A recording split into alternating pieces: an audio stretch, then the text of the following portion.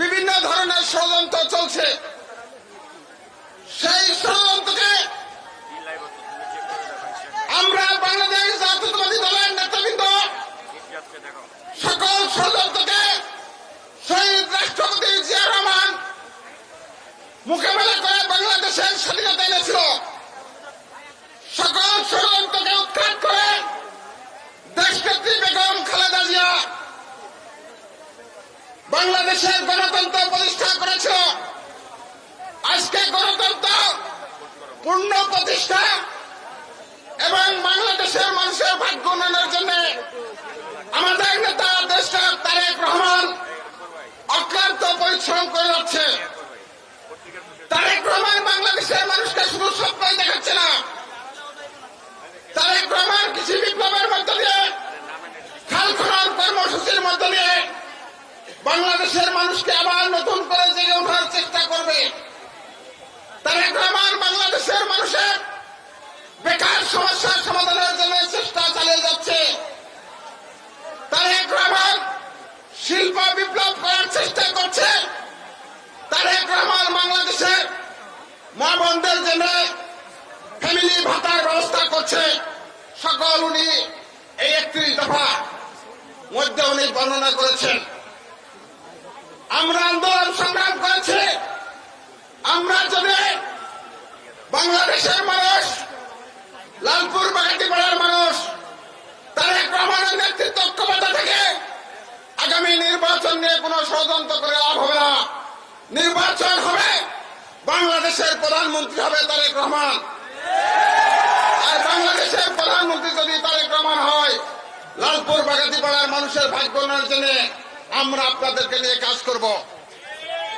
আমরা খাল খনন কর্মসূচির জন্য বাগাতিপাড়ার মধ্য দিয়ে যে আপনার নদী গিয়েছে, সেই নদী খননের জন্য 1200 কোটি টাকার একটি প্রকল্প তৈরি হচ্ছে। আজকে আমি এসেছি শুধু খালি হাতে আসি নাই। বাগাতিপাড়া স্টেডিয়ামের অর্থ বরাদ্দ হয়ে গেছে। বাগাতিপাড়া স্টেডিয়াম হবে, সেই ব্যবস্থা আপনাদের সন্তান হিসাবে আমি ঢাকা শহরে করেছি।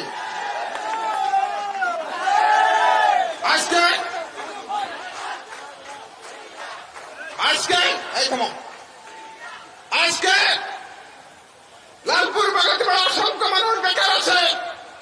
প্রতিদিনই কারো না কারো বেকার সমস্যার সমাধানের জন্য আমরা চেষ্টা করছি। তারেক রহমান যদি বাংলাদেশের প্রধানমন্ত্রী হয়, তাহলে অবশ্যই বেকার সমস্যার সমাধান লালপুর বাগাতিপাড়াতে বিপ্লবী পরিবর্তন ঘটাতে পারব। ইতিমধ্যে অনেকগুলো রাস্তার টেন্ডারের প্রক্রিয়াতে চলে গেছে। আড়ানি যার রাস্তার কাজ চলছে, আপনারা নিজেরাই দেখেছেন। আড়ানির সাথে যে সংযোগ আমাদের বাগাতিপাড়া, সেই রাস্তার এক্সটেনশন কাজ চলছে।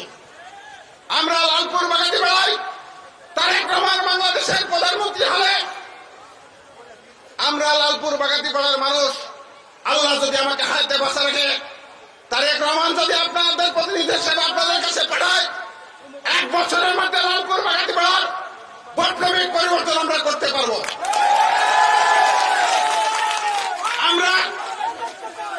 আমরা শিক্ষা ব্যবস্থার উন্নতি করতে হবে। লালপুর বাগাতিপাড়ার অসংখ্য কাজ বন্ধ আছে, সেই কাজগুলো চালু করতে হবে আমাদেরকে। সেই কারণে আমরা তারেক রহমানের নেতৃত্ব ঐক্যবদ্ধ থাকতে হবে। আপনারা আছেন কিনা একটু হাত তুলে আমার সাথে দেখান। সবাই তারেক রহমানের নেতৃত্বে আমরা ঐক্যবদ্ধ আছি।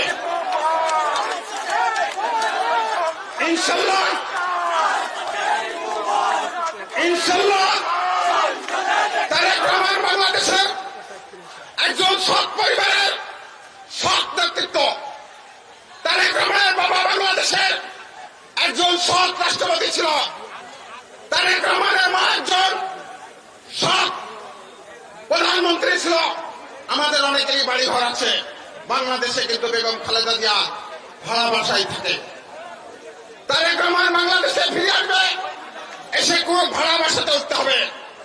সেই কারণে তারেক রহমানকে নিয়ে ষড়যন্ত্র হবে, কারণ তারেক রহমান এই বাংলাদেশের জাতীয়তাবাদী নেতা, এই উপমহাদেশের জাতীয়তাবাদী নেতা, বাংলাদেশের 18 কোটি মানুষের আশা আকাঙ্ক্ষার প্রতীক। সেই ষড়যন্ত্র আমরা বিগত দিনে মোকাবেলা করেছি। আগামী দিনেও আমরা ইনশাল্লাহ মোকাবেলা করব। সেই কারণে আপনাদেরকে বলতে চাই, লালপুর বাগাতিপাড়ার সমস্ত মানুষ, গরিব মানুষ, এই মানুষগুলোকে আমাদেরকে সংগঠিত করে রাখতে হবে। এই মানুষের জন্য আমাদেরকে কাজ করতে হবে। আমাদের আমার হিন্দু মা বোনেরা অনেকে এসেছেন লালপুর বাগাতিপাড়াতে। আল্লাহ যদি আমাকে বাঁচায় রাখে আর দল যদি আমাকে মনোনীত করে, হিন্দু মুসলমান নয়, বৌদ্ধ খ্রিস্টান নয়, ধনী দরিদ্র নয়, আমরা সকলে সম্মিলিত ভাবে লালপুর বাগাতিপাড়ার উন্নয়নে শরীক হব। সকল মানুষের নিরাপত্তা আমরা দিব।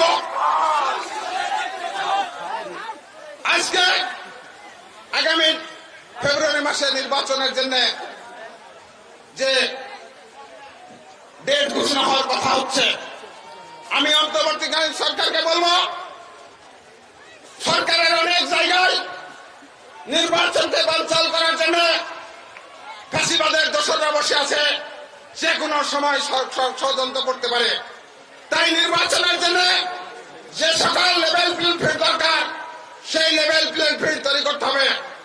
এখনো কিন্তু প্রশাসনের মধ্যে লেভেল প্লেইং ফিল্ড তৈরি হয় নাই।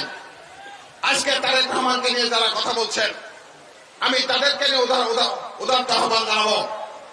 বাংলাদেশের মানুষকে নিয়ে সকল ষড়যন্ত্র মোকাবেলা তারেক রহমান করেছে। আগামী দিনে যে কোনো পরিস্থিতিতে তারেক রহমান বাংলাদেশের রাজনীতিতে থাকবে।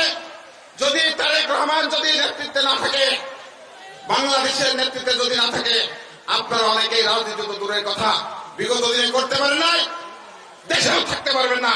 সেই কারণে তারেক রহমানের কাছে বাংলাদেশ নিরাপদ। আপনারা তারেক রহমানকে সমর্থন করুন, সকলেই নিরাপদে বসবাস করুন।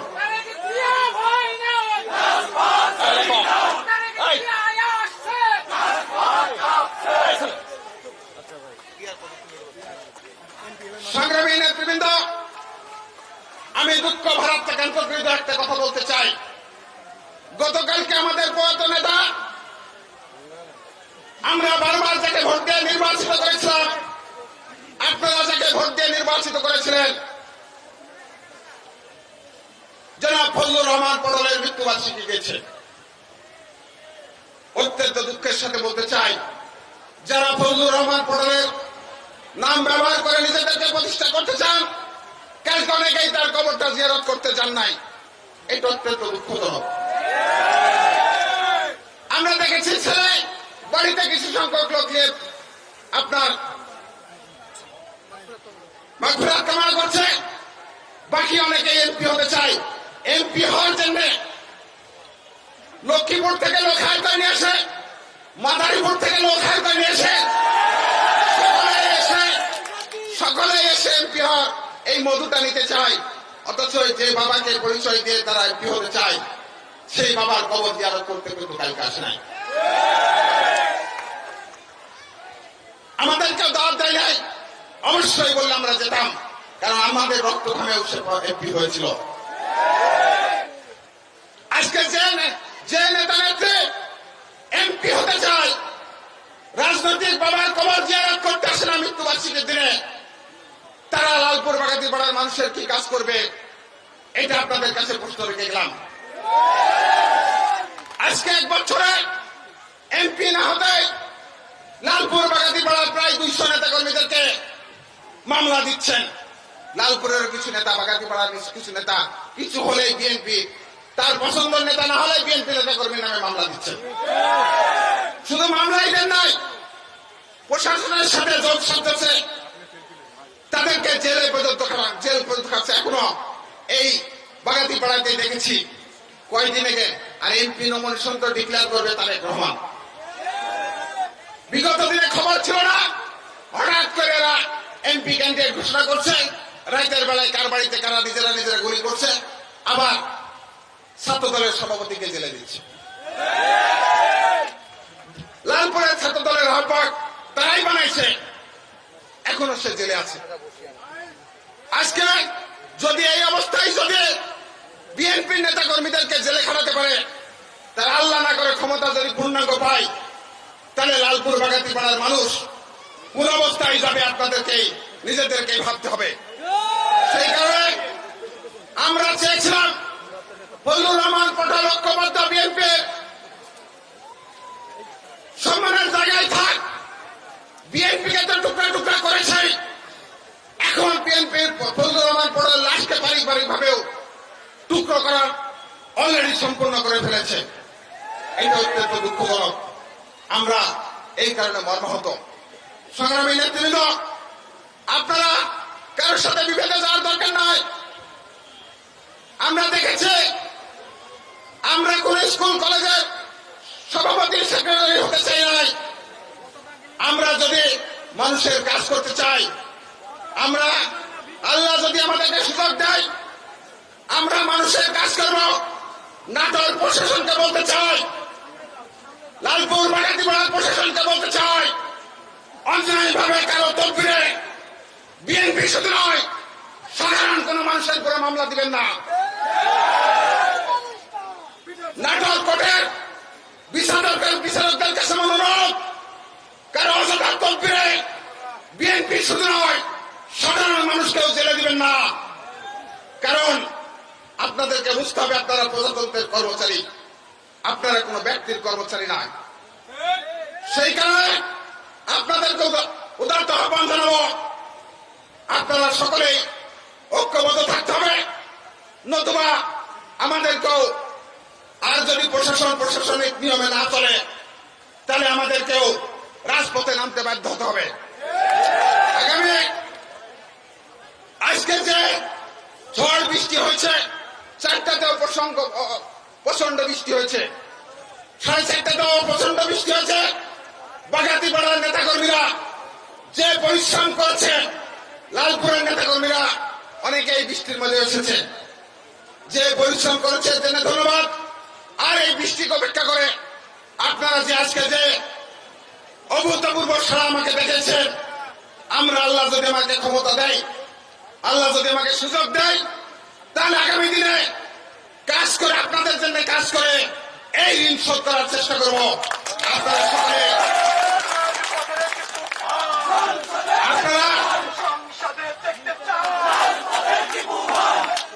সকলেই তারেক রহমানের নেতৃত্বে ঐক্যবদ্ধ থাকবেন।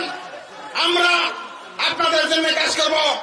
আপনাদের যে আবেগ অবশ্যই পার্টির হাইকমান্ড মূল্যায়ন করবে। আল্লাহর রহমতে এই আপনাদের যে কষ্ট, অবশ্যই কষ্ট সফল হবে। আপনাদের সকলকে উদারতা আহ্বান জানিয়ে সমাবেশ শেষে শান্তিপূর্ণভাবে আপনারা নিজ নিজ এলাকায় চলে যাবেন। আপনারা যারা নেতারা আছেন, কর্মীদেরকে নিয়ে চলে যাবেন এবং শান্তিপূর্ণভাবে অবস্থান করবেন। সবাইকে আবার আন্তরিক ধন্যবাদ জানিয়ে আমার বক্তব্য শেষ করছি। এখন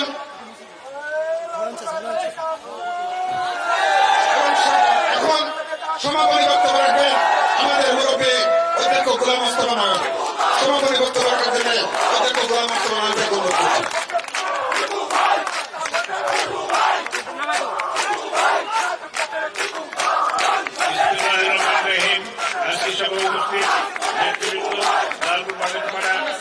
এবং আপনাদের সবাইকে ধন্যবাদ জানাচ্ছি। আমি অত্যন্ত অভিভূত, আপনারা আজকে আমাদের থেকে সাথে এই জনসভাকে সাফল্য করছেন এবং আগামী দিনে আমাদের পাশে থাকবেন। এই উদ্যত আহ্বান এবং তাদেরকে শক্তিশালী করে আমরা দেখাবো যে আমাদের ছোট ভাই বাংলাদেশের রাজনীতিতে অত্যন্ত বুদ্ধিমান একজন ব্যক্তি, তাকে ক্ষমতা দিলে ইনশাল্লাহ লালপুর বাংলার উন্নত হবে, কোনো সন্দেহ নাই। সবাই ঐক্যবদ্ধ থাকবেন এবং আমরা একসাথে থেকে এই কাজগুলো সুসম্পন্ন করবো। সবার সুস্থ দীর্ঘ কামনা করি। আজকে সবার এখানে সমাপ্তি ঘোষণা করছি। আসসালামু আলাইকুম। আমি সম্মানিত উপস্থিতি, আমরা যারা মা বোনেরা রয়েছেন, আপনারা 5 মিনিট পর আপনারা